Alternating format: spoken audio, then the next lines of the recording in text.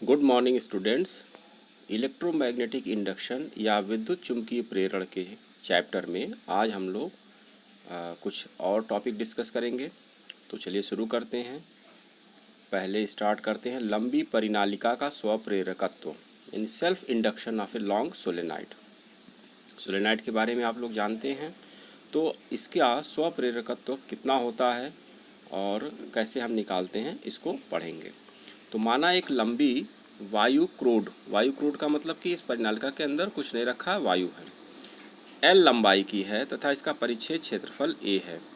माना फेरों की संख्या N है और माना परिनालिका में वैद्युत धारा I बह रही है तथा प्रति एकांक लंबाई में फेरों की संख्या N स्मॉल n जो कि कैपिटल N/L है।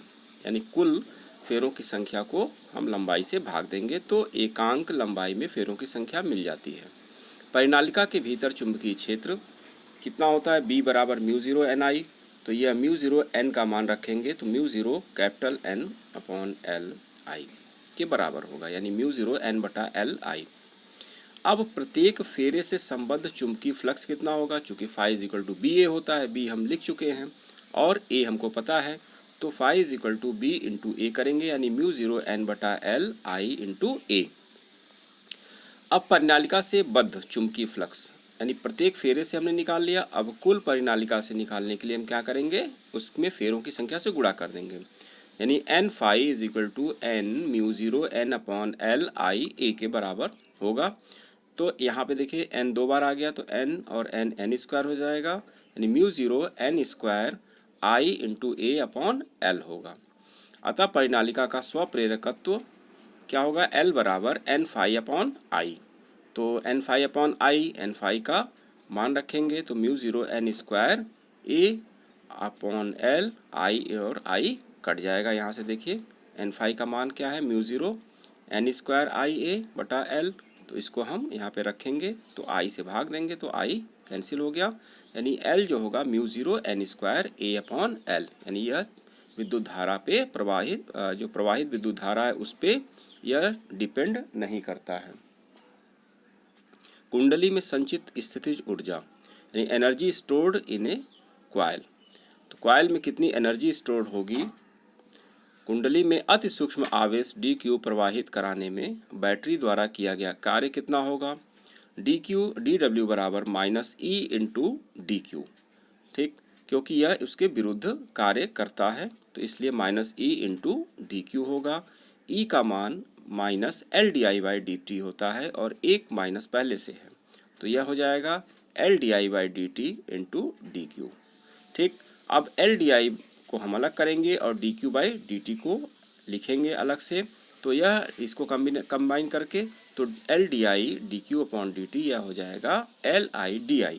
तो I का मान चूँकि dq/dt होता है, यानी वैद्युत धारा आवेश के प्रवाह के समय दर के बराबर होती है, इसलिए हम इसको यहाँ पे I के बराबर लिखेंगे। अतः धारा को अस्थाई मान या उसका महत्तम मान I0 तक बढ़ाने में किया गया कार्य W होगा, जो कि 0 से I0 तक हम इसको इंटीग्रेट करके प्राप्त करेंगे। तो 0 to I0 LIdI को इंटीग्रेट करेंगे तो I को जब इंटीग्रेट करेंगे तो इसका मान I²/2 होगा और यह कहाँ से कहाँ तक है, 0 to I0। तो एक बार I0 रखेंगे और दूसरी बार 0 रखेंगे, तो दूसरी बार 0 रखेंगे उसका मान हमको 0 प्राप्त होगा या 0 प्राप्त होगा, और I0 रखने पर यह हो जाएगा ½ LI0²। तो इस तरह से हम इसको प्राप्त कर सकते हैं किए गए कार्य को, और यही किया गया कार्य इसमें संचित स्थितिज ऊर्जा के रूप में मिलता है। यानी किसी कुंडली में प्रवाहित धारा को महत्तम मान I0 तक बढ़ाने में किया गया कार्य ही कुंडली में चुंबकीय स्थितिज ऊर्जा के रूप में संचित हो जाता है। अतः कुंडली में संचित स्थितिज ऊर्जा जो होगी ½ LI0² के बराबर होगी। अब आइए एक अन्य टॉपिक इसको, जो कि बहुत महत्वपूर्ण टॉपिक है और यह आगे भी आपके कार्य आएगा आगे के चैप्टर्स में। तो अन्योन्य प्रेरण या म्यूचुअल इंडक्शन, यह क्या होता है, जैसे स्वप्रेरण था वह एक ही कॉइल में था, इसी प्रकार अन्योन्य प्रेरण क्या है, यह अन्य कुंडली में जो प्रेरित करेगा, ठीक है, ये उसके लिए यहाँ बताया गया है। यानी दो कुंडलियों को पास में रखकर उनमें से एक में बैटरी से विद्युत धारा प्रवाहित करें अथवा उसमें प्रवाहित होने वाली विद्युत धारा के मान में परिवर्तन करें। तीसरी चीज, अथवा धारा को बंद करें। यानी पहला क्या है, दो कुंडलियों को पास में रखकर उनमें से एक में बैटरी से विद्युत धारा प्रवाहित करें अथवा उसमें प्रवाहित होने वाली विद्युत धारा के मान में परिवर्तन करें। तीसरा, धारा को बंद करें तो दूसरी कुंडली में एक प्रेरित विद्युत वाहक बल उत्पन्न होता है। विद्युत चुम्बकीय प्रेरण की इस घटना को अन्योन्य प्रेरण कहते हैं। तो यहाँ पे देखिए, इस तरह से यह दिया हुआ है, कुंजी दबाने पर और एक कुंजी को बंद छोड़ने पर। तो क्या होगा, यह पहला कॉइल है जिसमें कि एक रेस्टेट के माध्यम से एक बैटरी लगी है, एक की लगी है, तो इसको हम प्राइमरी कॉइल कहेंगे। और सेकेंडरी कॉइल में केवल धारा मापी है। तो जब हम इस कुंजी को दबाएंगे तो इसमें धारा का मान बढ़ना शुरू होगा और बढ़ते हुए धारा से यहाँ पे क्या होगा, चुंबकीय क्षेत्र उत्पन्न होगा जो कि दोनों कॉइल से लिंक होगा। तो जैसे ही इस कॉइल से लिंक होगा वैसे इस धारा मापी में विक्षेप होगा, क्योंकि इससे लिंक चुंबकीय फ्लक्स में परिवर्तन होता है। अब अगर हम कुंजी को छोड़ दें तो फिर धारा का मान घटेगा और दूसरी बार घटते हुए धारा से चुंबकीय फ्लक्स में परिवर्तन होगा, जिसके कारण सेकेंडरी में पुनः विक्षेप आएगा, यानी कि धारामापी पुनः विक्षेप दिखाएगा, लेकिन अब यह पहले के विपरीत दिशा में दिखाता है। तो इस तरह से यह अन्योन्य प्रेरण हुआ। अब अन्योन्य प्रेरण गुणांक तथा अन्योन्य प्रेरकत्व हम लोग समझेंगे कि अन्योन्य प्रेरकत्व क्या होता है और अन्योन्य प्रेरण गुणांक क्या। तो जैसे स्वप्रेरण गुणांक था तो उसी तरह से हम अन्योन्य प्रेरण गुणांक को भी प्राप्त करेंगे, यानी कोफिशिएंट ऑफ म्यूचुअल इंडक्शन और म्यूचुअल इंडक्टेंस इसको कहते हैं। तो माना प्राथमिक कुंडली में I1 एम्पियर की धारा प्रवाहित होती है, यहाँ पे A एम्पियर है, ध्यान देंगे, तथा इस धारा के कारण द्वितीय कुंडली में फ्लक्स ग्रंथिताओं यानी फ्लक्स लिंकेज की संख्या N2-φ2 है, जहाँ N2 फेरों की संख्या किसमें, द्वितीयक में, तथा φ2 एक फेरे से बद्ध चुंबकीय फ्लक्स है। φ2 क्या है, एक फेरे से बद्ध चुंबकीय फ्लक्स है और N2 कुल फेरों की संख्या है। तो इसमें फ्लक्स लिंकेज कितना हो जाएगा, N2-φ2। अब N2-φ2 प्राथमिक कुंडली में प्रवाहित धारा के अनुक्रमानुपाती होता है, अर्थात N2-φ2 समानुपाती I1 के होगा और N2-φ2 बराबर MI1 के होगा। यहाँ पे जो नियतांक M लिखा गया है यही अन्योन्य प्रेरण गुणांक है। तो जहाँ M एक नियतांक है जिसे दोनों कुंडलियों के बीच अन्योन्य प्रेरण गुणांक कहते हैं। तो M का मान हम लिखेंगे तो N2-φ2 अपॉन I1 के बराबर होगा। अब प्राथमिक के कारण द्वितीयक में उत्पन्न प्रेरित विद्युत वाहक बल, यानी प्राइमरी कॉइल में जब हम फ्लक्स को चेंज करेंगे तो द्वितीयक में कितना प्रेरित विद्युत वाहक बल होगा, माना वह E2 है। तो इसमें कितना होगा, minus N2 d∅2 upon dt। हम इसको ऐसे लिख सकते हैं, minus d N2-φ2 upon dt। चूँकि N2-φ2 किसके बराबर है, यहाँ पे देखिए MI1 के, तो हम यहाँ पे MI1 लिखेंगे।